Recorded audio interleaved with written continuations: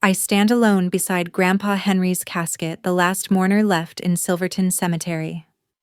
My fingertips trace the rough grain of the simple wooden box as the others hurry toward their cars, relief clear in the brisk rhythm of their steps. In my hand, a small jar of honey catches the late afternoon sun, turning its contents into liquid gold. Some inheritances aren't measured in dollars and cents. I whisper the words, drifting away on a cool autumn breeze. A memory floods back. I'm 8 years old, sitting on Grandpa's lap, giggling as he lets me dip a finger into fresh honeycomb. The sweetness spreads across my tongue while he explains how bees transform nectar into treasure. That was before the family decided Honey Ridge Farm was a burden, not a blessing, before they persuaded him to let it quietly fade away.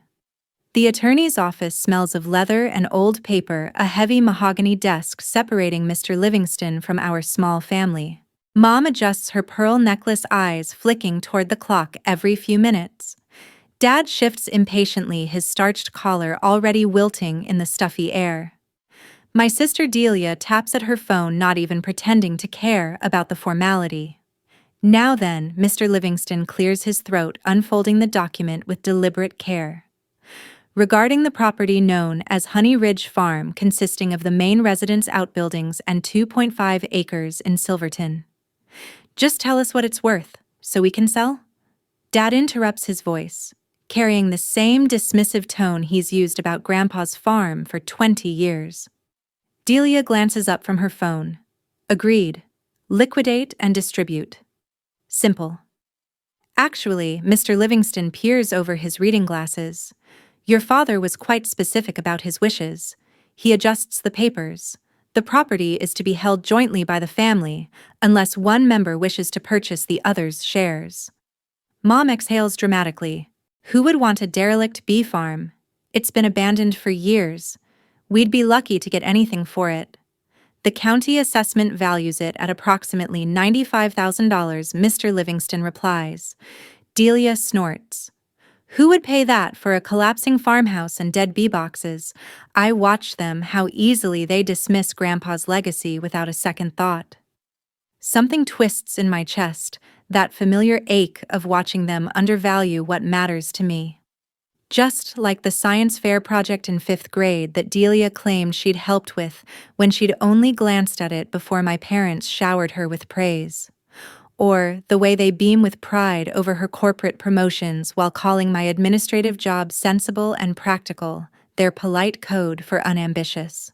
What they don't know is that beneath my practical exterior lies 6 years of quiet rebellion, 6 years of brown bag lunches, thrift store clothes, and a cramped shared apartment.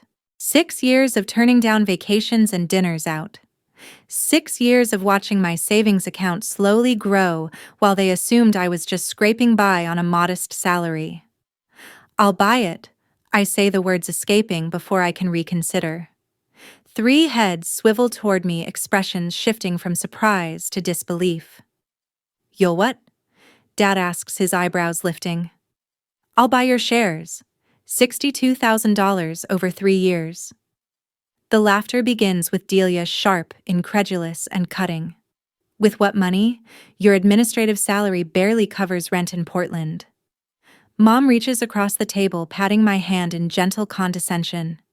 Honey, you don't know the first thing about farming. And beekeeping? It's complicated, specialized work.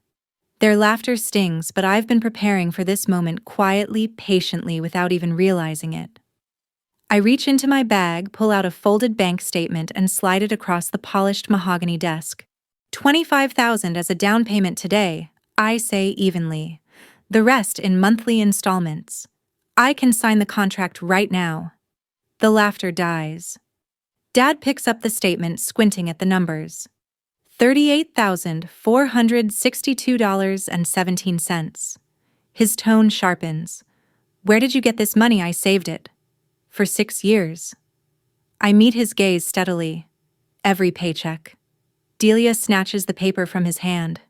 This is ridiculous. You can't possibly maintain that property. It'll be foreclosed within a year and you'll have thrown everything away. I turn to Mr. Livingston. Please prepare the paperwork. Miriam, be reasonable, Mom pleads. That money could be a down payment on a real house, not some fantasy about rescuing a dead farm. I square my shoulders. It's not a fantasy. It's Grandpa's legacy. Fine.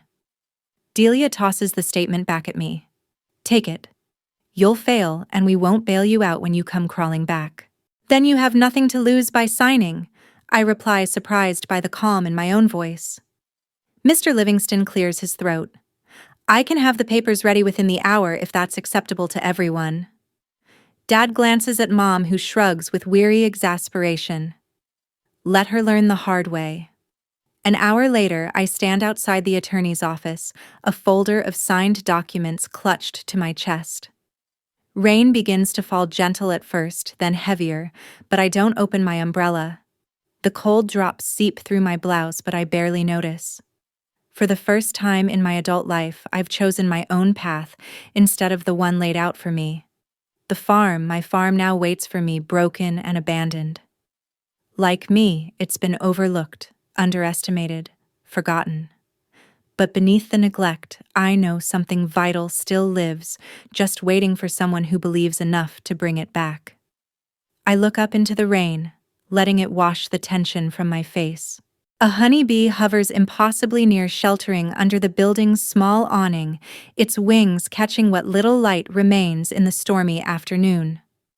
We'll make it, I whisper to the bee, to Grandpa, to myself. Watch me. The following day, the second-hand pickup truck groans as I navigate the rutted dirt road leading to Honey Ridge Farm. Each pothole jolts through my spine, a physical reminder of what I've gotten myself into. The truck, a faded blue Chevy with more rust than paint, cost nearly all my remaining cash after the down payment. $8,000 left to my name, and a property that looks like it's been abandoned for decades, not years. My stomach knots as I pull up to the farmhouse. The white paint has surrendered to the weather, peeling away in long strips like discarded snakeskin. The porch sags in the middle, a toothless smile of broken boards and missing railings. Tall grass and wild blackberry vines swallow the lower half of the structure. What have I done? I whisper, clutching the steering wheel until my knuckles blanch. I force myself out of the truck, boots crunching on gravel and broken glass. The late April sun beats down as I survey what's mine. Overgrown fields stretching toward distant tree lines, collapsed wooden structures that must have been beehives, and equipment rusted beyond recognition. Something tightens in my throat as I approach the weathered shed behind the house. The padlock hanging on the door is new. Grandpa must have replaced it before he got too sick to visit. I fumble with the key from the attorney's envelope and push open the creaking door. The smell hits me first, beeswax and wood, sweet and earthy. Dust motes dance in sunlight streaming through grimy windows. Tools hang on the walls in perfect order, untouched for years, but meticulously arranged. A workbench spans one wall, jars of unidentifiable substances lined up like soldiers. My fingers brush over a leather-bound book centered on the workbench, Honey Ridge Journal, 1974-2018. I open it to find Grandpa's handwriting, neat and precise, chronicling decades of bee colonies, honey production, and weather patterns. I thought the Collins family sold this place years ago. I startle, dropping the journal with a thud. An elderly woman stands in the doorway, her silver hair pulled back in a no-nonsense bun, eyes sharp despite the wrinkles surrounding them. Mrs. Jenkins. Recognition flickers as childhood memories surface. I'm Miriam Henry's granddaughter. I know who you are. She steps into the shed, appraising me with a critical eye. You were the quiet one, always following Henry around with those big eyes, asking questions. I nod, surprised she remembers. I bought the farm from my family. Bought it? Her eyebrows shoot up. Well, that explains why your father looked like he'd swallowed something sour at the funeral. Man never did appreciate what Henry built here. My laugh comes out hollow. None of them did. Mrs. Jenkins moves closer, examining the journal. Your grandfather created something special with those bees, had a way with them nobody else did. I don't know the first thing about beekeeping. I admit the reality of my situation sinking deeper. But I couldn't let it go to developers. She studies me, head tilted. You need to find Thomas Hale. He was your grandfather's right hand for 20 years. Thomas Hale. The name sounds vaguely familiar. Ornery old cuss who knows more about bees than most books, works part-time at Peterson's Hardware in town. She heads toward the door. Find him. He's your only shot at making this place work again. 2 days later, I spot him at the hardware store, a tall, lean man with weather-beaten skin and steel-gray hair tucked beneath a faded baseball cap. He's explaining something about wood glue to a customer, his hands moving with the precise efficiency of someone who's done this 1,000 times. I wait until the customer leaves before stepping closer. Mr. Hale, I'm Miriam Ross. Henry Collins was my grandfather. He freezes. His expression hardens instantly. The Collins family never cared about those bees. 20 years of work abandoned like yesterday's newspaper. I bought the farm, I say, the words still feeling strange on my tongue, from my parents and sister. He snorts. Good luck with that, city girl. I reach into my bag and pull out Grandpa's old journal, flipping to the final page. A loose sheet slips free, a note written in shaky script. Thomas knows the secret. Trust him with Honey Ridge. Something shifts in Thomas's weathered face as he takes the paper, his fingers tracing the familiar handwriting. His pale blue eyes study me with a new kind of scrutiny. You're serious about this? Not just looking to flip the property? I put down my life savings? I say quietly. I've got exactly $13,000 left, a farm I don't know how to run, and a family waiting for me to fail. The next morning, Thomas meets me at Honey Ridge. We walk the property in slow, deliberate rows while he jots observations into a worn notebook. At each collapsed hive, he pauses, sometimes salvaging a frame or a scrap of equipment, sometimes just staring at what's been lost. I don't have skills, I admit, as we rest beneath the shade of an ancient oak. Just determination and what's left of my savings. I can pay $15 an hour. No favors, no pity. Fair wages. We rebuild together, or not at all. Thomas studies me in silence, the air thick with bees and possibility. At last he nods slightly. Bees know when someone's honest, he says. They can sense intention. Your grandfather understood that. See that he points toward a distant tree where a dark mass clusters against the bark. Wild swarm, he murmurs. Your grandfather's bees never really left. They've been waiting. The next week crushes what little optimism I've managed to hold on to. The bank loan officer barely glances at my proposal before sliding it back across the desk. Too risky for conventional financing, he says, not meeting my eyes. At home, I tack a calendar to the farmhouse kitchen wall, circling a date 10 months away, the deadline for my first payment to the family.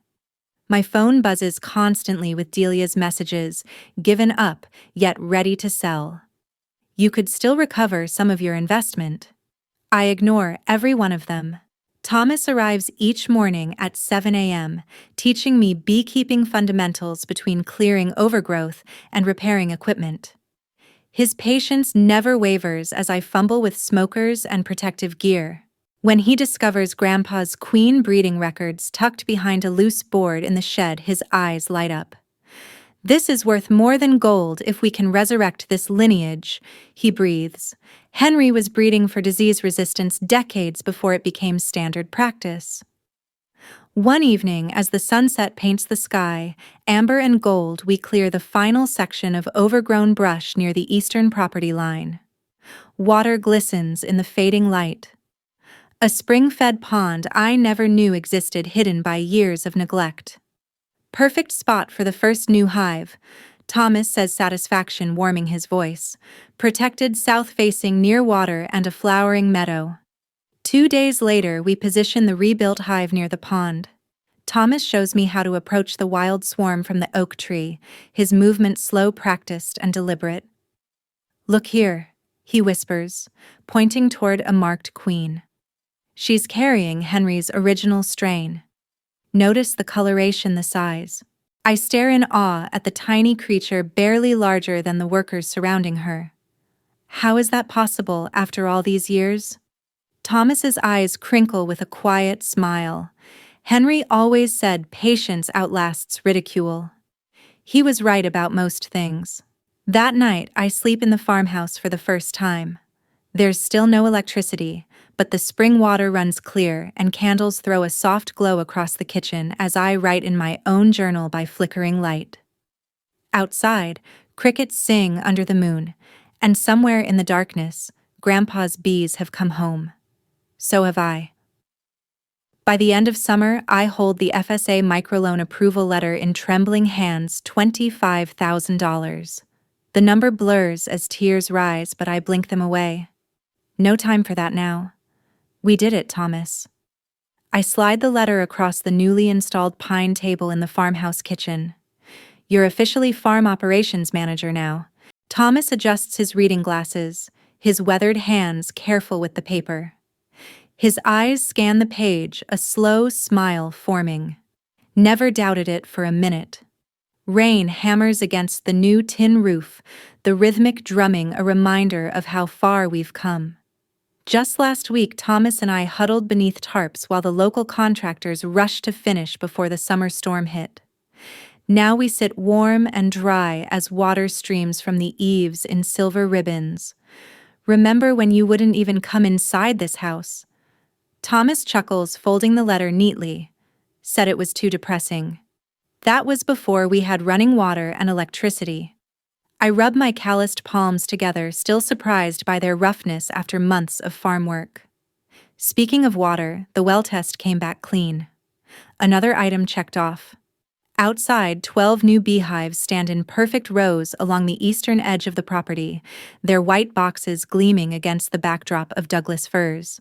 Every morning, I walk the line watching the workers dart in and out like tiny commuters rushing to important meetings. Henry's bees thriving again.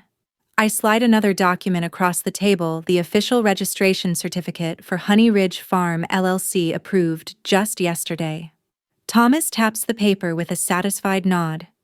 Your grandfather would bust his buttons seeing this, he says, especially those 64 jars of honey we bottled yesterday.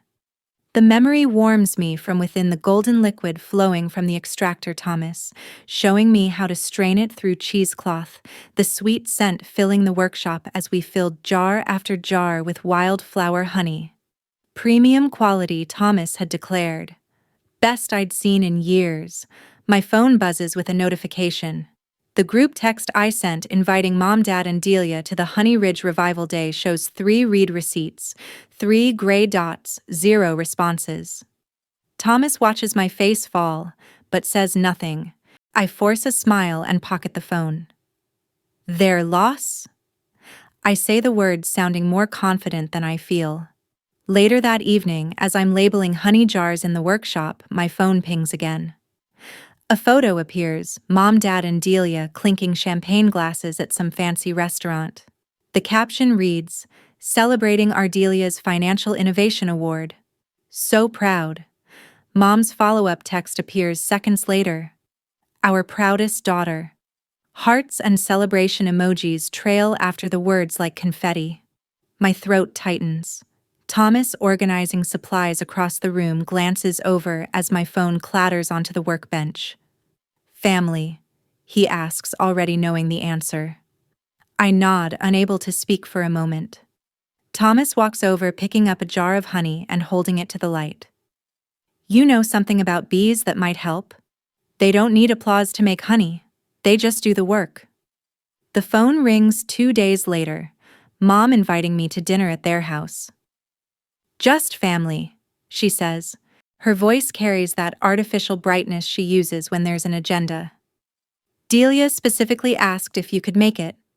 Alarm bells ring in my head, but curiosity wins. I accept. Dad pours wine while Mom fusses with a roast that's clearly been catered. Delia sits across from me, her designer outfit impeccable, her smile calculating. So, she says after Mom serves the salad. The farm. Show me the books. I nearly choke on a cherry tomato. The books, financial records, business plan, projections. She ticks them off on manicured fingers. I've been thinking. This could be interesting if structured properly. Dad nods enthusiastically. Delia's been telling us her ideas. Makes a lot of sense. I could handle the finances while you do the fieldwork. Delia continues, leaning forward. Let's make it a Ross Sisters venture. I know investors who'd jump at this. The family farm angle is marketing gold. Mom beams at her. Delia's business expertise would take this hobby to the next level, honey. It's not a hobby, I say quietly, setting down my fork. It's a viable business with a solid plan and a partner I trust. This Thomas person, Dad waves dismissively. What does he know about modern business practices? He knows bees, I answer, and loyalty. Delia's smile hardens. Miriam, be practical. You need me. I stand folding my napkin. Thank you for dinner. I need to get back to check the hives. Their protests follow me to the door, but I don't look back. Outside, Thomas's truck idles at the curb. He rolls down the window, nodding at my surprised expression. Figured you might need a ride, he says simply. People only show up when they smell honey.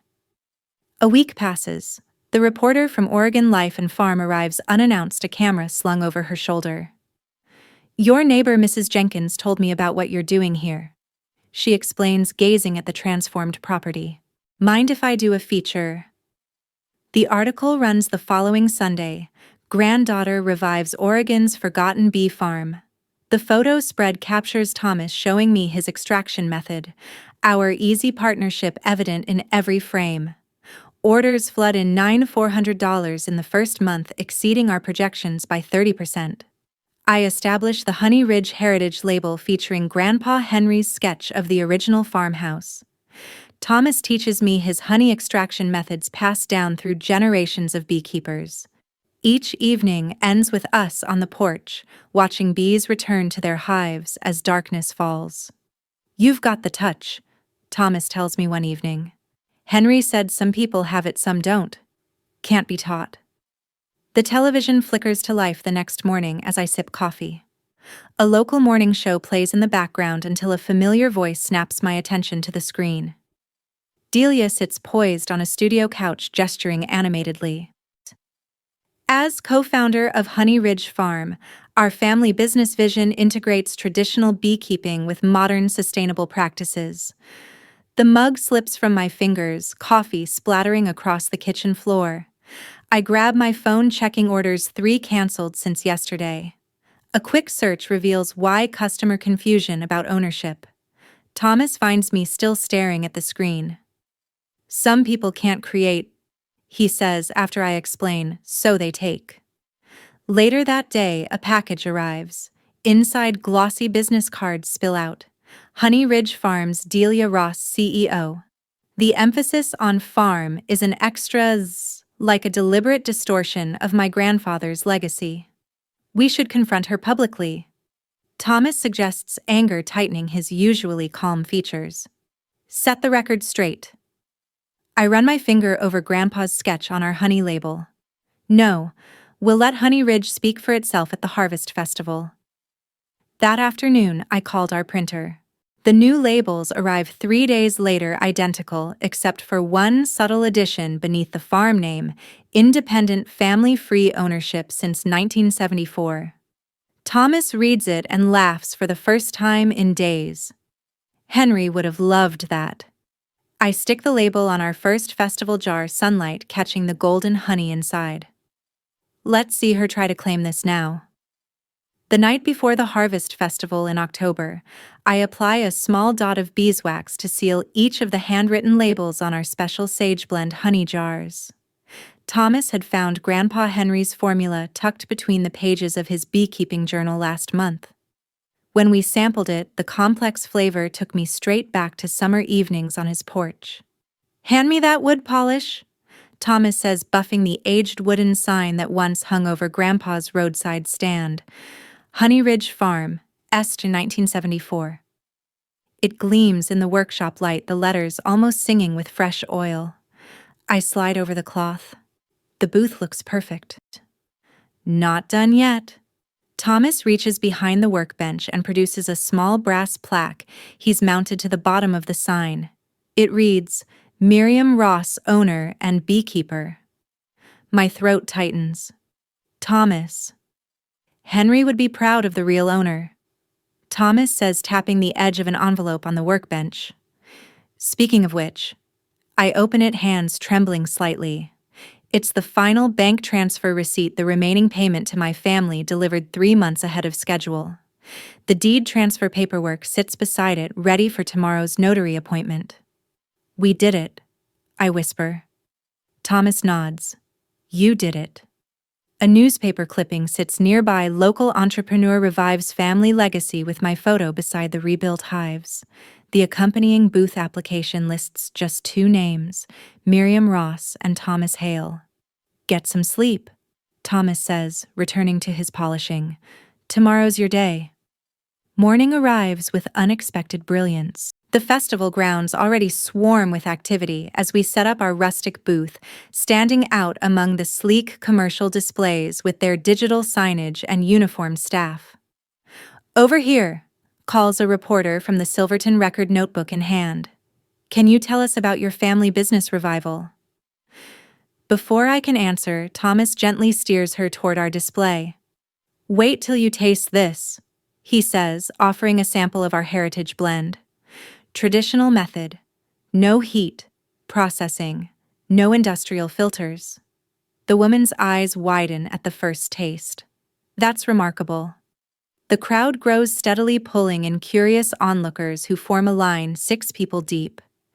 Thomas demonstrates an old-fashioned extraction technique, while I handle transactions, the cash box filling faster than I dared hope. Is this the local honey everyone's talking about? An older gentleman with a festival judge ribbon leans forward, examining our display. Yes, sir, 5th-generation bees. I offer him a sample of Grandpa's sage blend. I spot them before they see me, Dad's silver-streaked hair, Mom's pearl earrings, Delia's designer sunglasses. They pause at the edge of the crowd, scanning the unexpected throng around our booth. Delia strides forward, slipping between customers. Sorry, coming through. She positions herself beside me, extending her hand to a customer. Delia Ross, so glad you're enjoying our honey. The woman looks confused. Oh, you work here too? Family business. Delia beams. I handle the business side while my sister manages production. A festival coordinator approaches with a local TV crew in tow. We'd like to feature Honey Ridge in our broadcast. Could we speak with the owner? Of course. Delia steps forward. The coordinator glances at his clipboard. That would be Miriam Ross. Right here, I say quietly, stepping from behind the cash box. The reporter turns to Thomas, who's demonstrating how to test honey viscosity.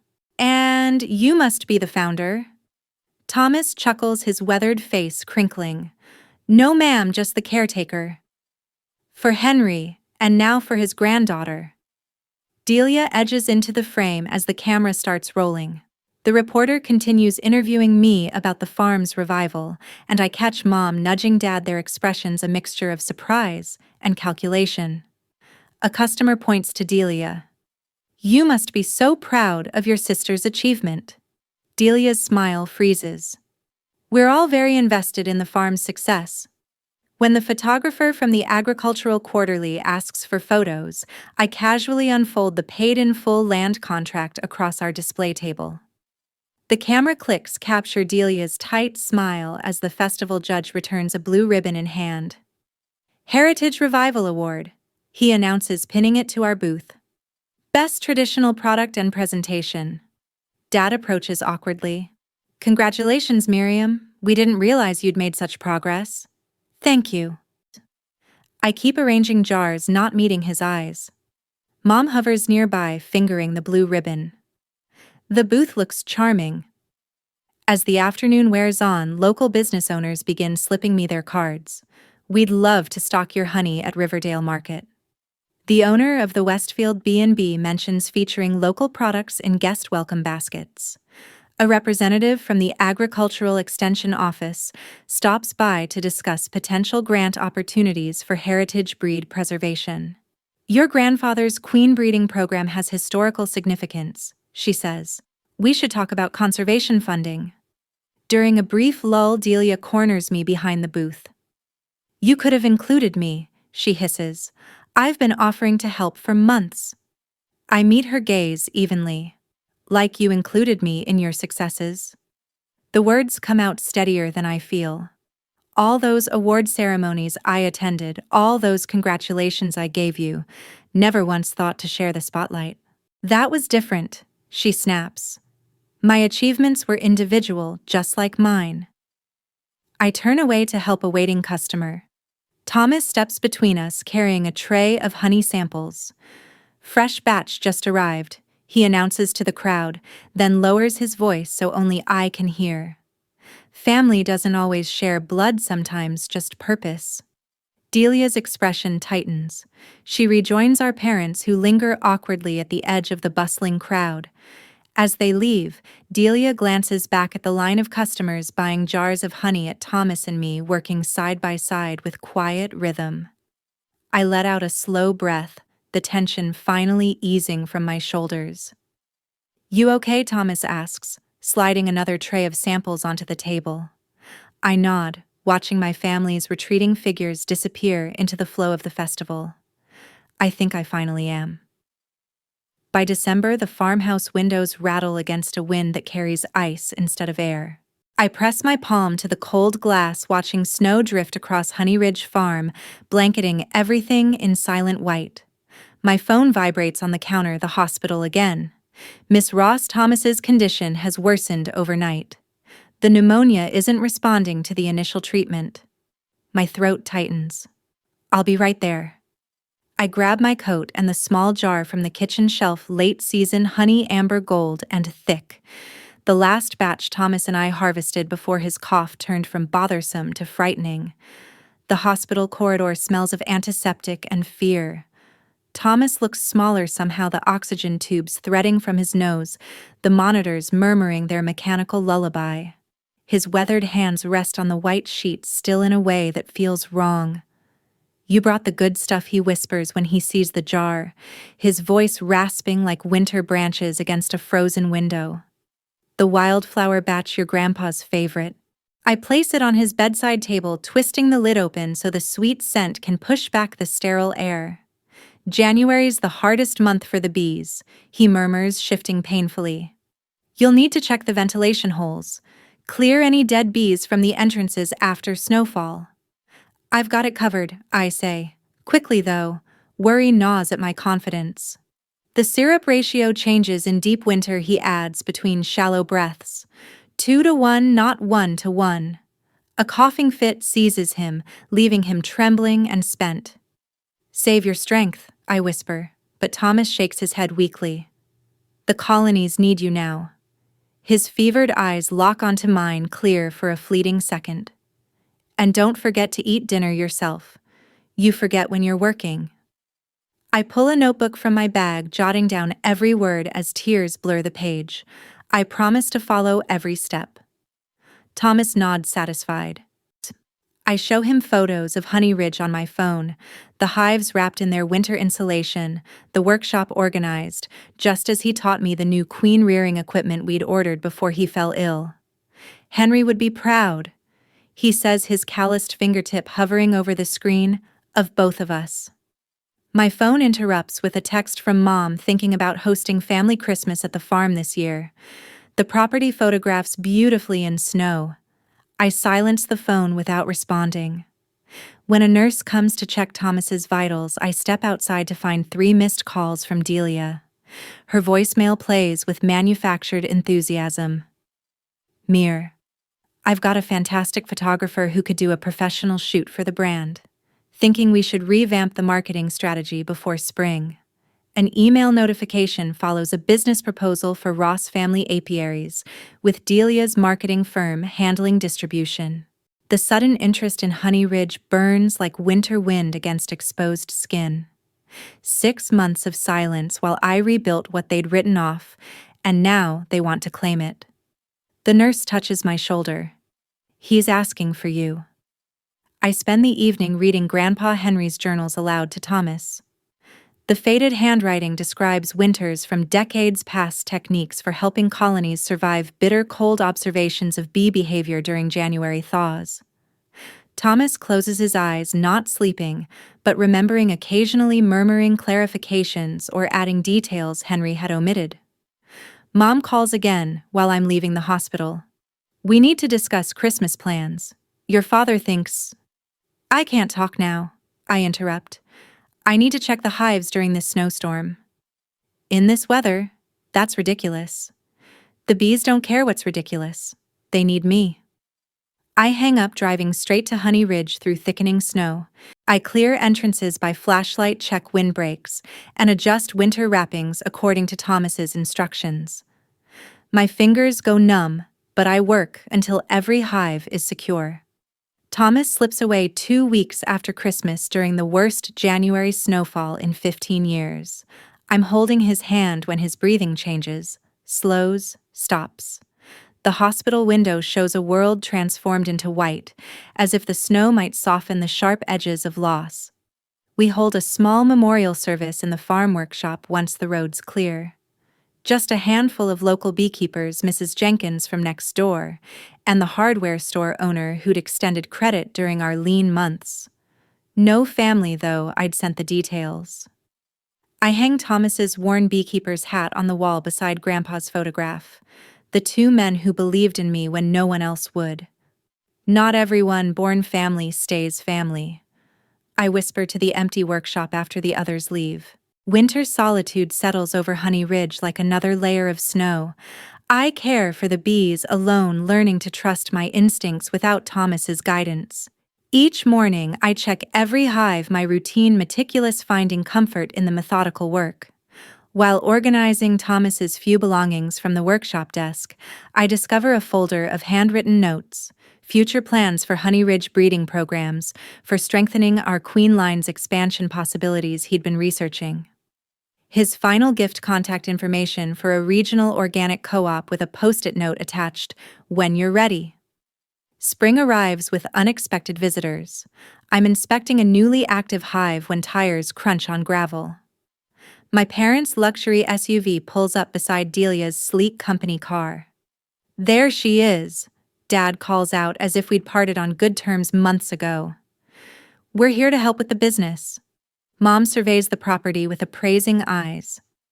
We've been discussing ways to modernize the operation. Delia has connections with distribution channels in Portland. Delia holds out a glossy folder. I've drafted a marketing proposal. See how I've positioned the Ross family legacy angle. My name fits perfectly in the executive leadership section. I close the hive carefully before standing to face them. Without speaking, I gesture for them to follow me. I walk them through the thriving apiary, past the expanded extraction room, to the workshop where Thomas's memorial sits alongside Grandpa's. Honey Ridge isn't a family business, I say finally, my voice steady. It's my promise to two men who believed in me. I point to Thomas's hat to Grandpa's photograph. They taught me that some things aren't measured in dollars or corporate connections. They're measured in honest work and keeping your word. Dad starts to argue but stops at something he sees in my face. Mom's smile falters, her eyes darting to Delia for support. You can't run this alone. Delia insists, though. Uncertainty creeps into her voice. I'm not alone. I gesture to the bees working in the spring sunshine, to the farm coming back to life. I never was. They leave without the confrontation I expected, Mom glancing back once with an expression I can't quite read. Delia storms to her car without looking back. I return to the hives where thousands of workers continue their ancient dance of survival and creation, indifferent to human drama, focused only on what sustains them, just as Thomas taught me. I stand at the edge of the flowering meadow, watching 36 hives pulse with life as the summer sun warms the backs of my honeybees. A year has transformed Honey Ridge from a forgotten inheritance to the talk of Silverton County. Wildflowers sway in the gentle breeze, a living testament to what stubbornness and belief can create. Miss Ross. The school group is here, calls Melissa, the agricultural student I hired last spring. Her enthusiasm reminds me of myself at 8, wide-eyed in Grandpa's workshop. Coming, I answer, straightening my work shirt. The Sustainable Agriculture Stewardship plaque catches the sunlight from its place beside the extraction room door, validation I never sought, but welcome all the same. Inside the expanded honey shed, stainless steel equipment gleams where rust and cobwebs once ruled. Children from Silverton Elementary press their noses against the observation windows, wide-eyed as worker bees deposit their golden treasure into combs. Their teacher, Mrs. Patterson, catches my eye and gives a small, approving nod, the same woman who taught me in 5th grade, now bringing her students to learn about ecosystems from me. Who can tell me why bees dance? I ask, slipping into the familiar rhythm of the workshop I've given dozens of times before. A boy in a red baseball cap shoots his hand up. To tell other bees where the good flowers are. Exactly right. I smile, pointing to the observation hive where forager bees trace their ancient figure-8 waltz, just like people share good news with friends. When the tour ends, the sound of gravel crunches under tires. A familiar silver sedan pulls into the drive. My stomach tightens as Delia steps out, her designer heels sinking slightly into the soft gravel. She's alone this time, no parents beside her, like twin shields. Your workshop looked impressive, she says, glancing around the property with new eyes. National Organic Certification. Your name in that agriculture magazine. Not bad for a dead bee farm. I don't rise to the bait. Thanks for coming. What can I do for you? She fidgets with her car keys, the metal jingling softly between us. I should have supported you from the start. The words hang in the air, unexpected, tentative. I wait, letting silence do the work of honesty. I was jealous, she admits at last, her voice cracking slightly. Of your independence. Your courage to just leap. You built something real while I've been chasing promotions that don't matter. Her confession lands not with triumph, but with quiet sadness. I feel no vindication, only the weight of all the years we spent on opposite sides of the same family. Want a tour? I ask gently, nodding toward the apiary. We walk between the rows of white hives, each one named for a constellation, Grandpa's way of mapping his world in stars and bees. The tension between us thaws with each step we take through the orchard. These are Thomas's modifications, I explain, showing her the ventilation system he designed before his passing. He changed the whole game for winter survival rates. Mom and Dad never mention him, Delia says quietly, like they want to forget anyone who proved them wrong. Sunlight catches in her hair, the same shade as mine, as she stops to watch bees returning to the hives, their legs heavy with pollen. For a fleeting moment, I glimpse the sister I might have had all along. I was thinking we could start over, she says softly. Sister to sister. No business, just family. The old me, the one who craved their approval, would have grasped that olive branch without hesitation. But the woman who's learned to coax Grandpa's queens back to life understands something deeper now. Family isn't taken, Delia, I tell her gently. It's earned. Her expression falters, then she nods. Fair enough. At the honey house, I hand her a small jar with a special gold label, Grandpa's Sage Blend. We found his recipe in the old journals. She studies the jar for a long moment, then meets my eyes. Will I ever be welcome here again? You're welcome as a visitor, I say, honestly. Not as an owner. Some things can't be shared until trust is rebuilt. After she leaves, I walk to the old apple tree where Grandpa's wooden bench now sits lovingly restored.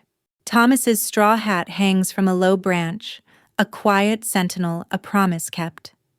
The conservation easement papers rest in my lap, ensuring that Honey Ridge will remain farmland for generations to come. I open Grandpa's journal to the inscription I've read every evening since the beginning: patience outlasts ridicule. Truth outlives lies. Golden light filters through apple blossoms as I watch the bees returning home, the air alive with their steady hum. From the honey house drifts the sound of laughter, visitors learning, tasting, sharing. 36 hives now thrive across the fields, each queen descended from Grandpa's original strain. Grandpa planted, Thomas tended. I just learned to believe, I whisper to the fading day. Across the field, rows of honey jars catch the sunset through the workshop window, ordinary glass turned to vessels of liquid gold. Because some things, no matter how long they're lost, always find their way home.